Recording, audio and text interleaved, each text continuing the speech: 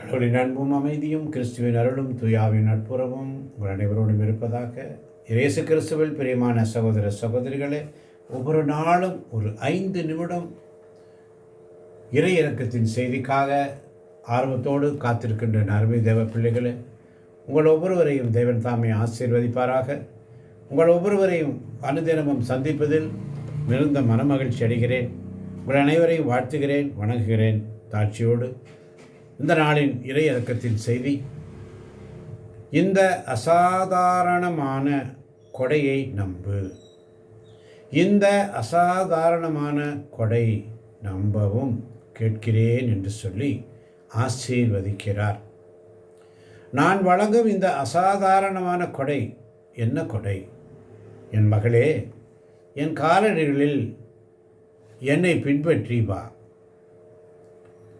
அப்போது நீ அழைக்கப்பட்ட காரணத்திற்காக அன்பு செய்வாய். என் மகளே, உன்னை நான் தீயவனிடமிருந்து பாதுகாக்கிறேன். உன் தாயாகிய நான் உன்னிடம் நிறைய உலகமயமான சிந்தனைகளை காண்கிறேன். உன் வாழ்க்கை உன் சிந்தனைகளை அடிப்படையாக கொண்டது. நீ உன்னை முழுவதும் உன் பரலோக தேவனுக்கு அர்ப்பணித்து விடு. இதனால் நீ மற்றவர்களுக்கு அடிக்கடி உதவ முடியும். என் குழந்தாய், நீ விண்ணகத்திற்கு வர நான் உனக்கு உதவுகிறேன். இந்த காரணத்திற்காகவே என் வார்த்தைகளை நான் அனைவருக்கும் அனுப்புகிறேன். இதோ இந்த திரு விவிலியத்தைப் போலவே உன் கழுத்தில் உள்ள இந்த வார்த்தைகளை, திரு விவிலியத்தில் உள்ள வார்த்தைகளை உன் கழுத்தில் மணிமாலையாக அணிந்து கொள். காரணம், உன்னை தீமையிலிருந்து பாதுகாக்கவே இந்த வார்த்தைகளை உனக்கு நான் அனுப்புகிறேன். என் மகளே, என் மகனே, அன்பு செய், எளிமையாக அன்பு செய். உன் அன்னையாகிய உன் தந்தையாகிய நான் இவ்வுலக வாழ்வில் நீ என்னோடு நெருங்கி இருக்கவும், நான் வழங்கும் இந்த அசாதாரண கொடையை நம்பவும் கேட்கிறேன். நான் உன்னை ஆசீர்வதிக்கிறேன். என் குழந்தாய், என் பாதத்தருகில் இருக்கும் என் பிள்ளைகளுக்கு பரிசுத்த வேதாகமத்திலுள்ள வார்த்தையின் ஒளியின் சுடர்களை பொழிய விரும்புகிறேன். இறை வார்த்தைகளை அறிவித்தால்தான் அதை நம்ப முடியும். இறைவார்த்தை அறிவிக்கப்பட வேண்டும் என்ற சிந்தனையோடு ஒவ்வொரு நாளும் அவருடைய சமூகத்தில் வந்திருக்கின்ற கேட்கின்ற என் தேவ பிள்ளைகளே, நீ அழைக்கப்பட்ட காரணத்திற்காக அன்பு செய்ய வேண்டும். எதற்காக அழைக்கப்பட்டோம்? ஆண்டவருடைய சமூகத்தில் அவர் நம்மை முன்குறித்தார், முன்னறிந்தார், அழைத்தார், ஏற்புடையவர் ஆக்கி அவருடைய மாட்சியில் பங்கு பெற செய்து அவருடைய ஊழியத்தை செய்யக்கூடிய வல்லமை நமக்கு தருகிறார். பசாசின் சோதனையிலிருந்தும் தீயவனிடமிருந்தும் நம்மை பாதுகாக்கிறார். இந்த உலகமயமான சிந்தனைகளை பார்க்கிறார். இந்த உலகமயமான சிந்தனைகளை அகற்றிவிட்டு உன்னுடைய சிந்தனைகளை அடிப்படையாக வைத்து கொண்டு நீ உன்னை முழுவதும் உன் தேவனுக்கு உன்னை அர்ப்பணிக்கும்படி சொல்லுகிறார். ஒவ்வொரு நாளும் அவருடைய சமூகத்தில் காத்திருப்போம். அதை தான் ஒவ்வொரு நாளும் அவருடைய சமூகத்தில் காத்திருப்போம்.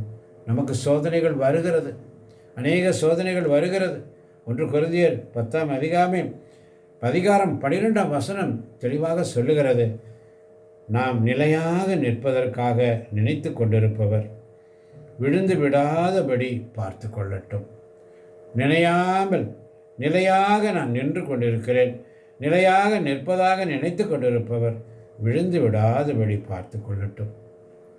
உங்களுக்கு ஏற்படுகின்ற சோதனை பொதுவாக மனிதருக்கு ஏற்படும் சோதனையே அன்றி வேறு அல்ல. கடவுள் நம்பிக்கைக்குரியவர். அவர் உங்களுடைய வலிமைக்கு மேல் நீங்கள் சோதனைக்குள்ளாக விடமாட்டார். சோதனை வரும்பொழுது அதை தாங்கிக் கொள்ளும் வலிமையை உங்களுக்கு அருள்வார்.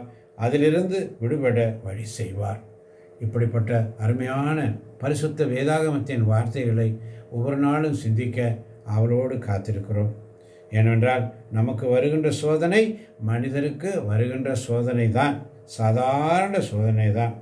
கடவுள் நம்பிக்கைக்குரியவர் என்ற வாக்குத்தத்தத்துக்காய் உமக்கு ஸ்தோத்திரம் ஆண்டவரே. உங்களுடைய வலிமைக்கு மேல் உங்களுக்கு வாழ்க்கையிலே துன்பம் வராது, சோதனை வராது. அப்படி சோதனை வந்தாலும் அந்த சோதனை வரும்பொழுது அதை தாங்கிக் கொள்ளக்கூடிய வலிமையை நமக்கு தருகிறார். அதிலிருந்து விடுபட வழி செய்கிறார் என்ற சிந்தனையோடு ஒவ்வொரு நாளும் என் அன்புக்குரியவர்களே, இதை கேட்கப் போகின்ற கேட்டுக்கொண்டிருக்கின்ற ஒவ்வொரு பிள்ளைகளும் இதை மற்றவர்களுக்கு பகிர்ந்து கொள்ளுங்கள். அவர்களும் இந்த இறைவார்த்தையை கேட்டு ஆசீர்வாதங்களை பெற்றுக்கொள்ளட்டும். உலகமெத்தி செயலும் படைப்பிற்கெல்லாம் நற்செய்தியை அறிவுங்கள், நீங்கள் எனக்கு சாட்சிகளாக இருப்பீர்கள் என்று சொன்ன தேவன் நம்மோடு இருக்கிறார். எனவே இதை கேட்கப் போகின்ற ஒவ்வொரு பிள்ளைகளையும் தேவன் ஆசீர்வதிப்பாராக. எனவே ஒவ்வொரு நாளும் உங்களை சந்திப்பதில் மகிழ்ச்சி அடைகிறேன். மீண்டும் உங்களை சந்திக்கும் வரை உங்களிடம் இருந்து விடைபெறும் உங்களுடைய அன்பு சகோதரர் சேவியர் தேவராஜ் மனோகரன், கோவை மறை மாவட்டம். கடவுள் என்றென்றும் வாழ்த்தப் பெறுவாராக. ஆமேன், ஆமேன், ஆமேன். Have a nice day. God bless you.